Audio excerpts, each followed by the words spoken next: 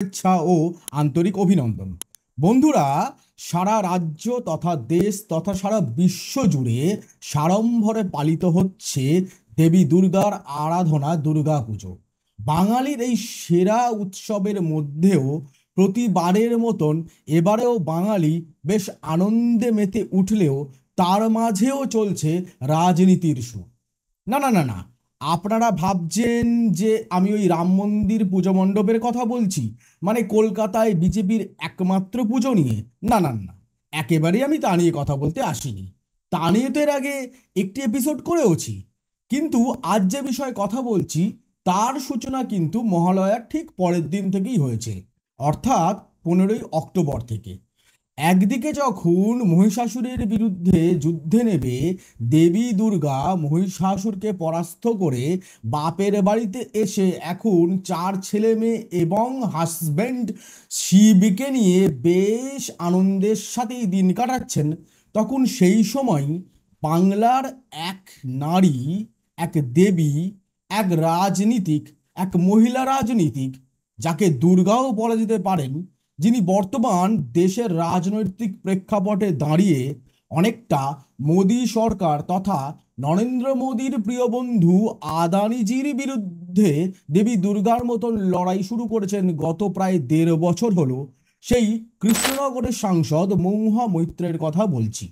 অর্থাৎ মহুয়া মৈত্রকে নিয়ে গত 1 সপ্তাহ ধরে সারা দেশ জুড়ে চলছে তুমুল বিতর্ক। অভিযোগ, তিনি টাকা এবং উপহারের বিনিময়ে মোদিজির অর্থাৎ আমাদের দেশের গ্রেট লিডার প্রধানমন্ত্রী নরেন্দ্র মোদীর প্রিয় মিত্র গৌতম আদানির বিভিন্ন পর্যায়ের দুর্নীতি, যা গত 1.5 বছর ধরে পর্যায়ক্রমে, বিশেষ করে গত 11 মাস দেশের কোনো সংবাদ মাধ্যমে স্থান না পেয়েও পৃথিবীর বিভিন্ন বড় ছোট মাঝারি সংবাদ মাধ্যমে বেশ সংবাদের শিরোনাম জুড়েই রয়েছেন সেই গৌতম আদানির শেয়ার দুর্নীতি এবং হালেই হওয়া কয়লার দাম নিয়ে যে দুর্নীতির প্রসঙ্গ সামনে এসছে তা নিয়ে সংসদে সরব হয়েছিলেন মহুয়া মৈত্র। আর এই মোদিজির বন্ধু গৌতম আদানির বিরুদ্ধে সরব হওয়ার খেসারত গত 1 সপ্তাহ ধরে ধীরে ধীরে গুনতে শুরু করেছেন কৃষ্ণনগরের সাংসদ মহুয়া মৈত্র। রাজ্য জুড়ে যখন দেবী পক্ষ চলছে এবং এই দেবী পক্ষে রাজ্যের তামাম বাঙালি যখন দেবীর এই মহান উৎসবে মেতে উঠেছেন, ঠিক সেই সময় আমাদের রাজ্যে দাঁড়িয়ে আমাদের রাজ্যের একটি বাঙালি মেয়ে সারা দেশ জুড়ে প্রশ্নের মুখে পড়েছে। আর এই প্রশ্নের মুখে তিনি যখন পড়েছেন, তখন সারা রাজ্যের কোনো সংবাদ মাধ্যমই প্রায় তার পাশে নেই। এবার আপনারা ভাবছেন আশীর্বাদ দ্য ট্রুথ মহানবমীর দিন মহুয়া মিত্র হয়ে তাবেদারি করতে এসছে।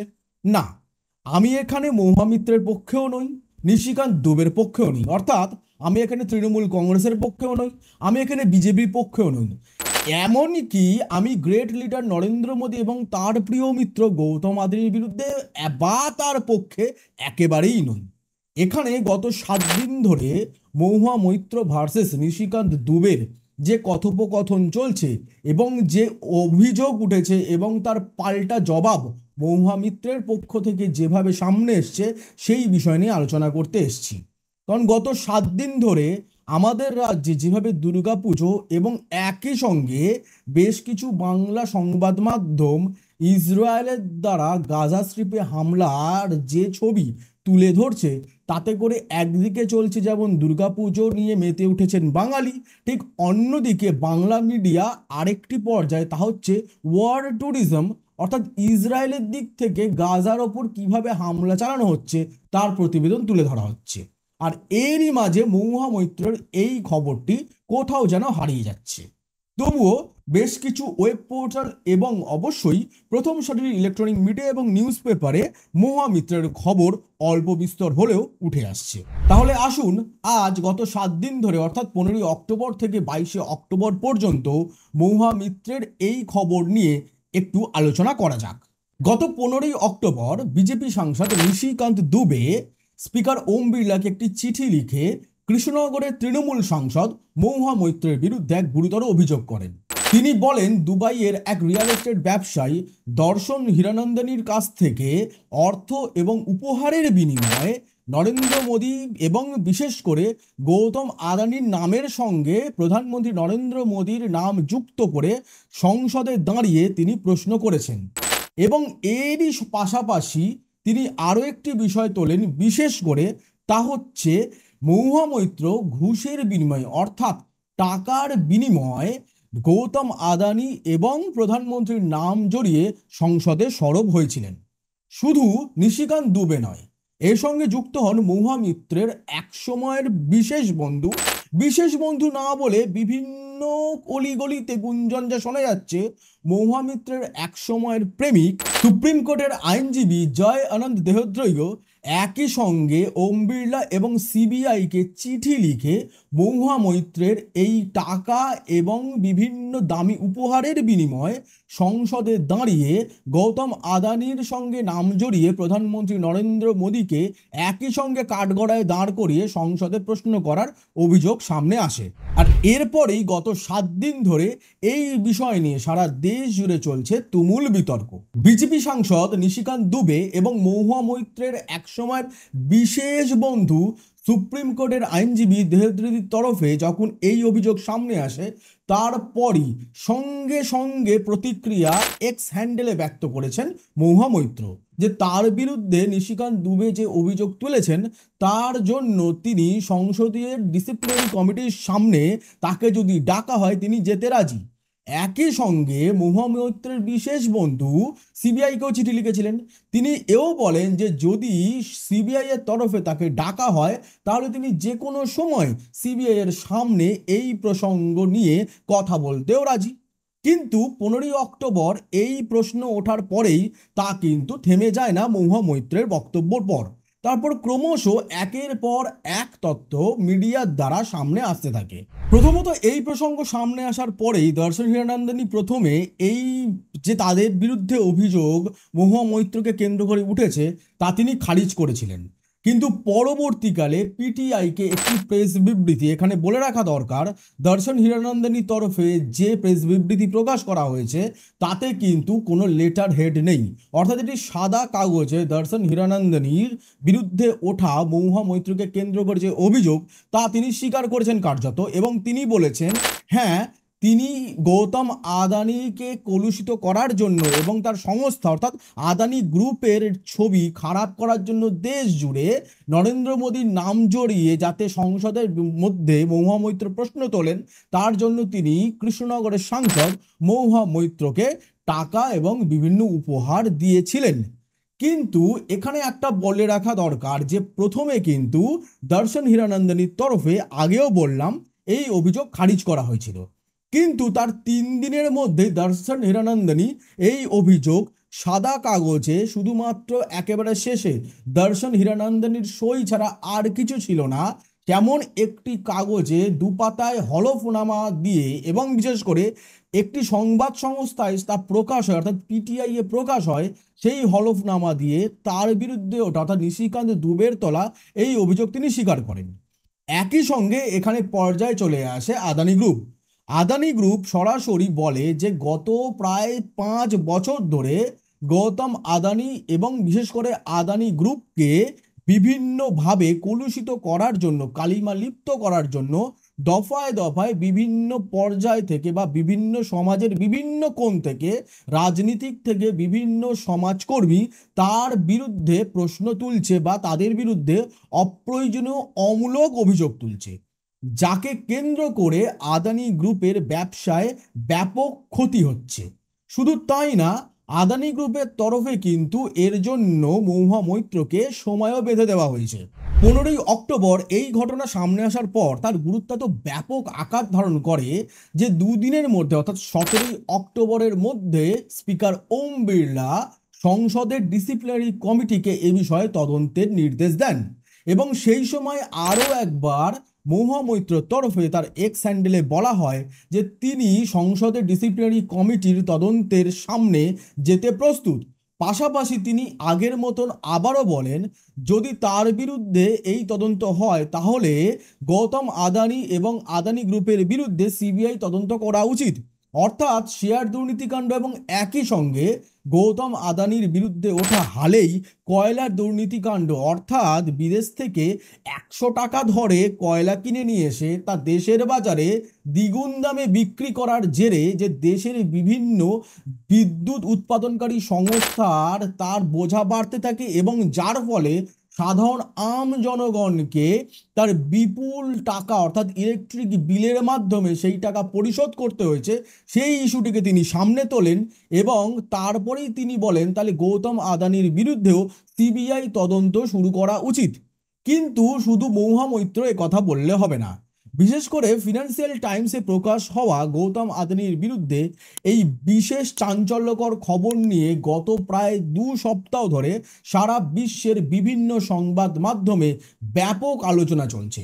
শুধুমাত্র ভারতের গদি মিডিয়া এ বিষয়ে আলোচনা করছে না।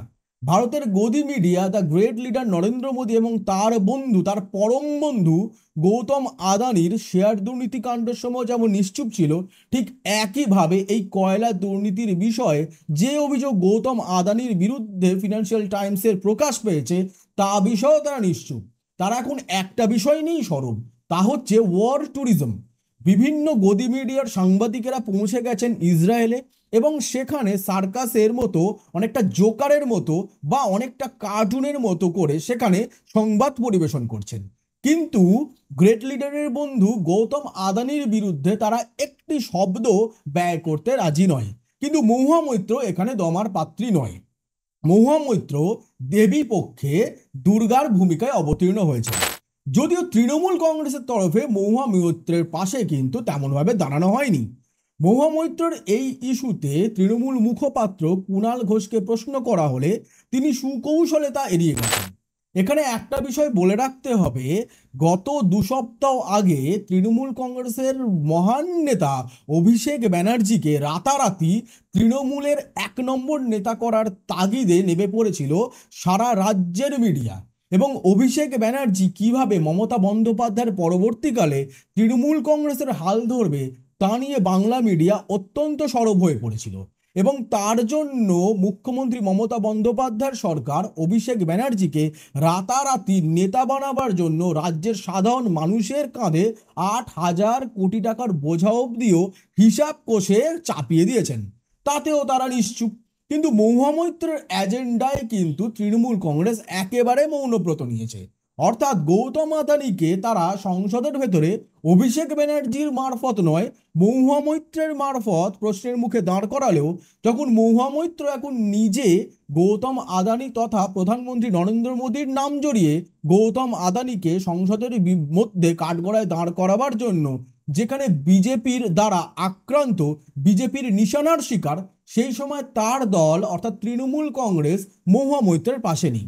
কিন্তু তাতে কি, মহুয়া মৈত্র চলছে দেবী পক্ষ এবং তিনিও একজন নারী, আর তাই এই যুদ্ধ তিনি একাই লড়বেন। এখনো পর্যন্ত তিনি এই যুদ্ধ একাই লড়ে চলেছেন, যদিও এই যুদ্ধ এখনো তিনি লড়ে চলেছেন তার এক্স হ্যান্ডেলে। দেবী পক্ষে তৃণমূল কংগ্রেস মহুয়া মৈত্রের পাশে থাকুক চাই না থাকুক, কিন্তু কংগ্রেসের তরফে মহুয়া মৈত্রের পাশে দাঁড়ানো হয়েছে। প্রদেশ কংগ্রেসের তরফে কংগ্রেস নেতা অধীর রঞ্জন রায়চৌধুরী কৃষ্ণনগরের সাংসদের পাশে দাঁড়িয়েছেন। তিনি বলেছেন, গৌতম আদানি ইস্যুতে এর আগে প্রশ্ন করায় যেমনভাবে রাহুল গান্ধীকে সংসদ থেকে সরিয়ে দেবার চেষ্টা করেছিল নরেন্দ্র মোদী সরকার, ঠিক একইভাবে এবার মহুয়া মৈত্রের ওপর নরেন্দ্র মোদী তথা গৌতম আদানিকে কেন্দ্র করে প্রশ্ন করায় নরেন্দ্র মোদীর বিজেপি মহুয়া মৈত্রকে নিশানা করছে।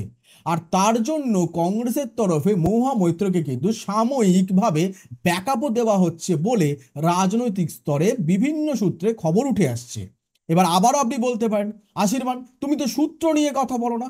সূত্র নিয়ে নয়, দিল্লির অলিতে গলিতে গেলে, দিল্লির রাজনীতির অলিতে গলিতে একটু ঘুরলে এটা নিশ্চয়ই আপনারও কানে আসতে বাধ্য, মহুয়া মৈত্রের এই ক্রাইসিসে কংগ্রেস তার পাশে আছে। যদিও তৃণমূল কংগ্রেস এই ভিডিওটি যখন শ্যুট করছি তখনও চুপ, কারণ তৃণমূল কংগ্রেস এখন পুজো নিয়ে মেতে আছে। মহুয়া মৈত্রের এগেনস্টে এই অভিযোগের মধ্যে ইতোমধ্যে টাকার অ্যামাউন্টও সামনে এসছে। অর্থাৎ নিশিকান্ত দুবে তিনি স্পষ্ট জানিয়েছেন যে 2 কোটি টাকা আর বিশেষ কিছু উপহারের বিনিময়ে মহুয়া মৈত্র সংসদে গৌতম আদানির নাম এবং তার সঙ্গে গ্রেট লিডার নরেন্দ্র মোদীর নাম জড়িয়ে প্রশ্ন তুলেছেন। শুধু তাই না, এখানে এসে গেছে ন্যাশনাল সিকিউরিটির প্রশ্ন। এই ন্যাশনাল সিকিউরিটির প্রশ্ন কিন্তু 15ই অক্টোবরের শুরু থেকে, অর্থাৎ এই ঘটনার শুরু থেকেই এসেছিল। তা হচ্ছে তার বিরুদ্ধে আর একটা, অর্থাৎ মহুয়া মৈত্রের বিরুদ্ধে আর একটা নিশিকান্ত দুবে অভিযোগ করেছেন যে তিনি তার সংসদের লগ ইন আইডি তার অনুপস্থিতিতে বাইরের অন্য ব্যক্তিকে ব্যবহার করতে দিয়েছিলেন।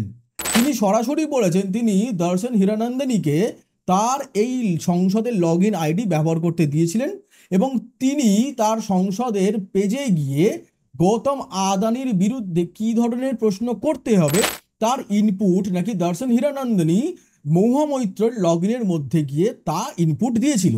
পাশাপাশি নিশিকান্ত দুবে আরও অভিযোগ করেছেন মহুয়া মৈত্রের সংসদের লগ ইন আইডি দুবাই থেকে লগ ইন করা হয়েছিল। এটার একটা বড় কারণ দর্শন হীরানন্দনী অর্থাৎ দর্শন গ্রুপের যে বিশাল বড় ব্যবসা রিয়েল এস্টেটের, যার সিইও এই দর্শন হীরানন্দনী, তিনি দুবাইয়ে থাকেন। অর্থাৎ ন্যাচারাল ব্যাপার নিশিকান্ত দুবের এই অভিযোগও দুবাইতে গিয়েই লঞ্চ করবে। আর তার কথা মতো দুবাইতেই নাকি সংসদের এই বিশেষ লগ ইনটি হয় দুবাই থেকে মহুয়া মৈত্রের, যে সময় তিনি ভারতে ছিলেন। এর পাল্টা জবাব আরও একবার এক্স হ্যান্ডেলে দিয়েছেন মহুয়া মৈত্র। তিনি বলেছেন অবশ্যই এই তথ্য সামনে আসা দরকার, কিন্তু তিনি এটাও বলেছেন এই তথ্য যদি ভুল হয় তাহলে বিজেপি সাংসদ এবং নরেন্দ্র মোদীর দল বিজেপি কি করবেন। এরপরে তিনি আরও একবার গৌতম আদানির দিকে নিশানা সেধেছেন। তিনি বলেছেন যদি তার বিরুদ্ধে এই ধরনের অভিযোগ ওঠে এবং তার জন্য যদি তদন্ত শুরু হয় এবং যে তদন্তে তিনি সম্পূর্ণরূপে সাহায্য করতে এবং প্রশ্নের সম্মুখীন হতে প্রস্তুত, তাহলে একইভাবে গৌতম আদানির বিরুদ্ধে যখন শেয়ার দুর্নীতির অভিযোগ উঠেছিল তার কেন তদন্ত হয়নি, আর হালেই ফিনান্সিয়াল টাইমে যেভাবে গৌতম আদানির বিরুদ্ধে কোল স্ক্যাম 0.2 অভিযোগ উঠেছে, তাহলে সেই সময়ও কেন গৌতম আদানির বিরুদ্ধে সিবিআই আলাদা করে এফআইআর করে তদন্ত শুরু করছে না। নিশিকান্ত দুবেকে সংসদের এথিক্স কমিটির তরফে ডেকে পাঠানো হয়েছে। সেখানে তিনি কি বলেন এবং সেখানে তার অভিযোগের পরিপ্রেক্ষিতে তিনি কি ধরনের দলিল পেশ করেন এবং তারপর সংসদের এথিক্স কমিটির তরফে মহুয়া মৈত্রকে কবে ডাকা হয় এবং তাকে যদি ডাকা হয় তারপর মহুয়া মৈত্র কী ধরনের দলিল তার পক্ষে তিনি পেশ করবেন সেটাও দেখার। কিন্তু এরই মধ্যে আর একটাও ঘটনা ঘটেছে, তা হচ্ছে মহুয়া মৈত্রের বিরুদ্ধে যখন নিশিকান্ত দুবে এবং মহুয়া মৈত্রের এক সময়ের বিশেষ বন্ধু, বলা যেতে পারে তার প্রাক্তন প্রেমিক, সুপ্রিম কোর্টের আইনজীবী দেহত্রীর তরফে অভিযোগ তোলা হয়েছিল, তখন তিনি এই দুজনের বিরুদ্ধেই মানহানির মামলা করে।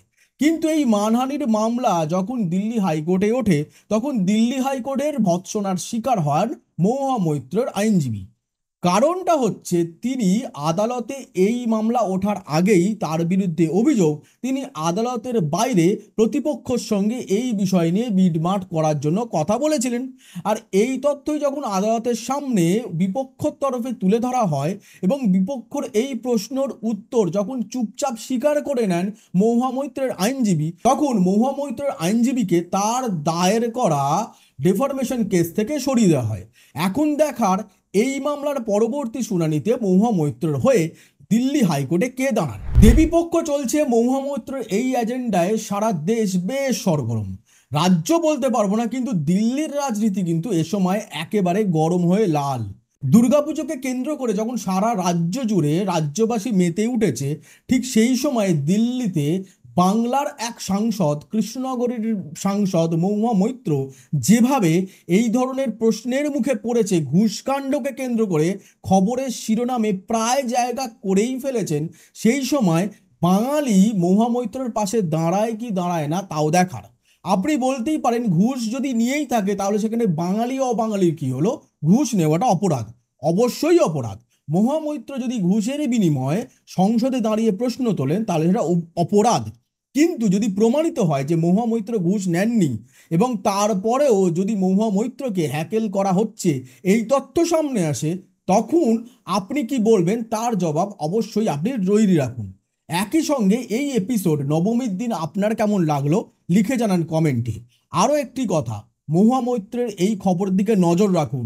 এই খবর 24-এর লোকসভা নির্বাচনের আগে অত্যন্ত গুরুত্বপূর্ণ। দেবীপক্ষ চলছে, আপনি পরিবার বন্ধু বান্ধবকে নিয়ে আনন্দে মেতে থাকুন, মেতে উঠুন দুর্গাপুজোর আনন্দে। আমিও একইভাবে মেতে উঠেছি পরিবার নিয়ে, কিন্তু তার মধ্যেও আপনাদের জন্য এই কন্টেন্ট করতে এলাম, অন্তত না করে থাকতে পারলাম না। তাহলে এই এপিসোড কেমন লাগলো এটাও অবশ্যই কমেন্টে লিখে জানান। পাশাপাশি যেটা করতে হবে, একই সঙ্গে লাইক করতে হবে, সাবস্ক্রাইব করতে হবে, আর পাশে থাকা বেল নোটিফিকেশন আইকনটা টিং টং করে বাজিয়ে দিতে হবে। তাহলে ততক্ষণ সঙ্গে থাকুন, দেখতে থাকুন আশীর্বাদ দ্য ট্রুথ। আমি আশীর্বাদ, নমস্কার।